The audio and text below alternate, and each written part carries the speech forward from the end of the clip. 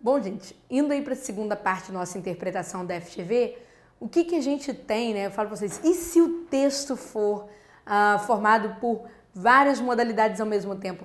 Como eu vou trabalhar o meu texto? Ora, pessoal, muito simples.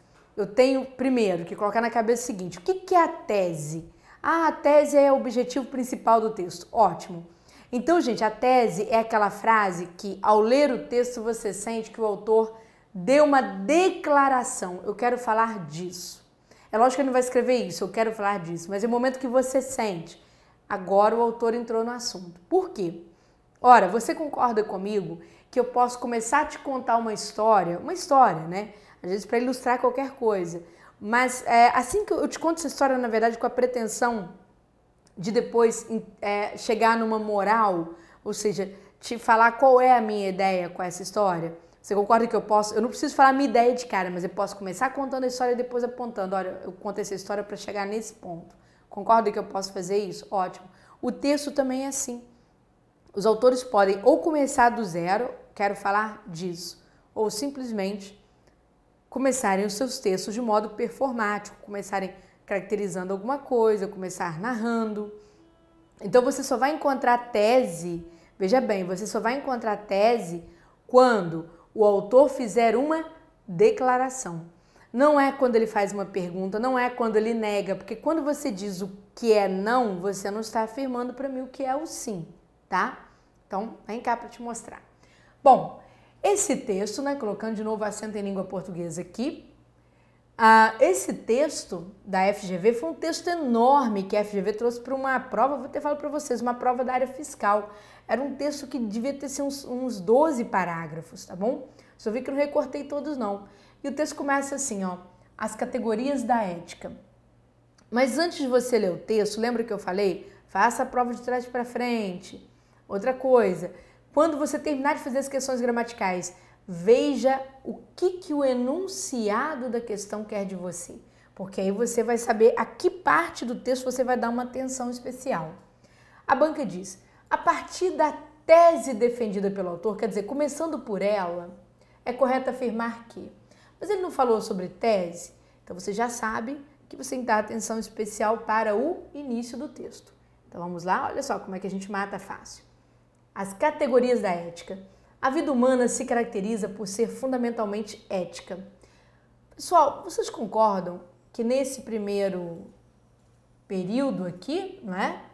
O autor já fez uma declaração? A vida humana se caracteriza por ser fundamentalmente ética. Concordam com isso?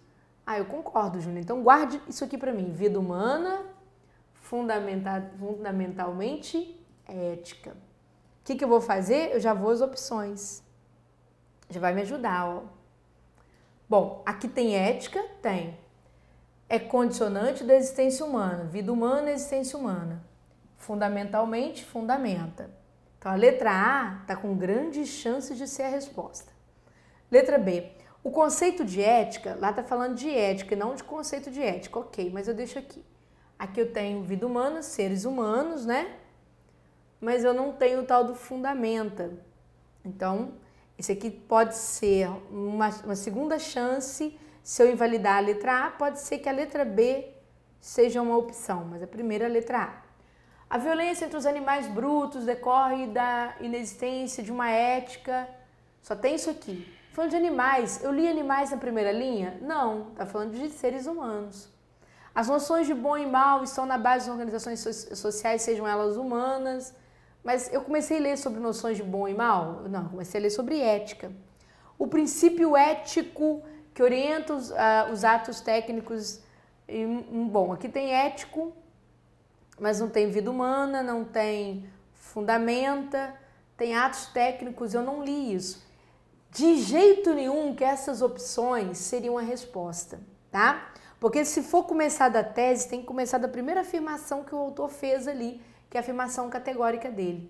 Então eu tenho letra A e letra B. O que eu vou fazer? Eu vou ler um pouquinho mais o primeiro parágrafo para que eu possa matar a minha interpretação. Então Então, volta aqui, fui lá, programa de língua portuguesa. Olha como a interpretação é um negócio tranquilo quando você entende estrutura textual. Ele começa ali, ó. A vida humana se caracteriza por ser fundamentalmente ética. Essa é a tese. Os conceitos éticos bom e mal podem ser predicados a todos os atos humanos e somente a estes. Isso não ocorre com animais brutos, quer dizer, isso não tem com animais brutos. Um animal que ataca e come o outro não é considerado maldoso, não há violência entre eles. Então ela diz, mesmo os atos de caráter técnico podem ser qualificados eticamente, esses atos sempre servem para expansão. Ok, eu não quero ler mais porque eu já colhi a informação de que preciso. Ele diz, a ética condicionante da existência humana ela fundamenta qualquer tipo de ação que envolva a escolha entre o certo e o errado, ou seja, o bem e o mal.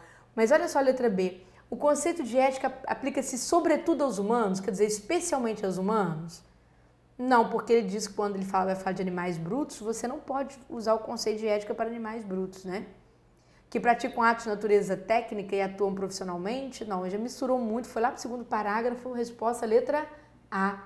Por que você matou com a letra A, Júnia? Porque eu aprendi estrutura textual. Tese é aquilo que diz respeito à introdução dissertativa, tá bom? Introdução da dissertação.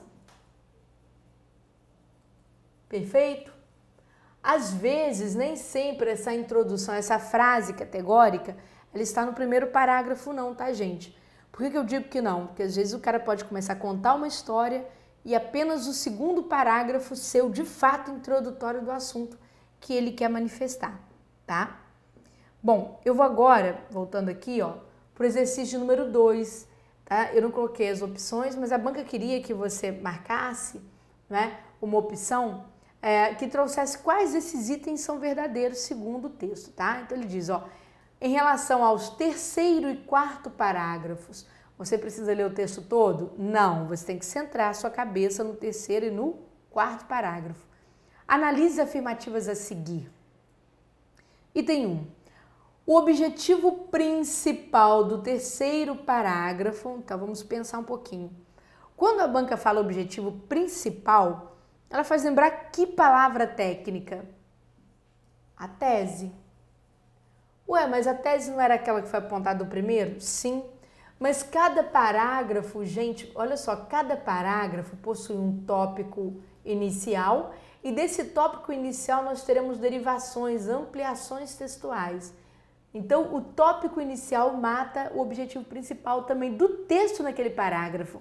Ele quer saber qual é a tese do terceiro parágrafo, tá? Vamos ver? Então ele diz, o objetivo principal do terceiro parágrafo é conceituar regras técnicas e normas éticas. Vamos ver então? Vamos ver se é verdade? Vamos lá para, aqui nós temos o quarto, terceiro parágrafo. Ele começa assim, a eficiência técnica segue regras técnicas, tá vendo? Técnicas e não éticas, relativas aos meios e não normas éticas relativas aos fins. Preste atenção, o que é a tese mesmo? A tese é uma afirmação. Existe tese a negação? Não, porque aquilo que você nega, você não responde, né? O não é reconhecido linguisticamente, tá, gente? Para processar ideias nucleares. Então, quer dizer, a tese é sempre uma declaração. Ela não é negação, ela não é pergunta. Ela é sempre uma declaração. Então, o que ele declara é sobre eficiência técnica. Ele não declara sobre normas éticas. Ele nega, tá? Sendo assim, eu já invalido o item 1 desse exercício 2. Vamos lá? Porque, ó, ele falou que o objetivo principal do terceiro parágrafo é conceituar regras técnicas, ok, e normas éticas. Não, isso aqui não.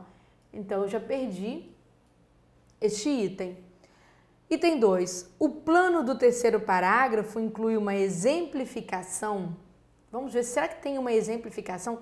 Lembra que exemplificar, trabalhar com testemunhos, com números, é você argumentar? Então, ele fala que o plano desse terceiro parágrafo inclui uma exemplificação para sustentar a tese anteriormente explicitada. Vamos ver se a gente tem um exemplo lá no terceiro. Então, do quarto, terceiro. Acabei de ler, até aqui estava a tese, né? Até aqui estava a tese. Vamos ver se tem exemplo. Ele diz, ó, a eficiência técnica segue regras técnicas relativas aos meios.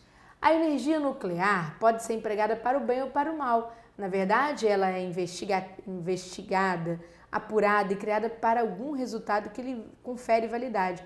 Gente, ao citar a energia nuclear, ele está falando o quê? De uma eficiência técnica. Ele citou um exemplo.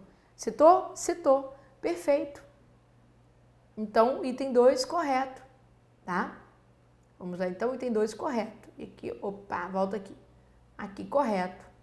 E o item 3, o início do quarto parágrafo apresenta uma conclusão acerca das ideias apresentadas no terceiro. Vamos ver se tem conclusão no início do quarto? Olha que exercício fácil quando a gente aprende, não é? Ó, aqui está o quarto parágrafo. Tá? O que ele diz? Vê-se, pois, o pois entre duas vírgulas, vê-se, portanto, que o plano ético permeia todas as ações humanas. Gente, se ele começa com uma conclusão no quarto, ele só pode estar concluindo uma ideia que estava no terceiro parágrafo. Portanto, no exercício estão certos os itens 2 e 3. Júnior, por que você sabe que é conclusão? No curso, vocês vão ver que eu vou selecionar algumas conjunções que vocês precisam memorizar. Porque são conjunções importantes, tá certo? Que são cobradas em prova. Quando nós aprendemos a função dos elementos gramaticais, né, com segurança conceitual, a gente tende o quê? Tende a acertar as outras partes da prova, vamos dizer, de modo um pouco mais seguro, tá bom? Então, eu espero vocês para o curso aqui da DPE de Rondônia, tá? A gente vai praticar provas e vocês podem acompanhar o número de provas que nós vamos fazer pela tela de vendas do curso, tá bom? Então, até a aula.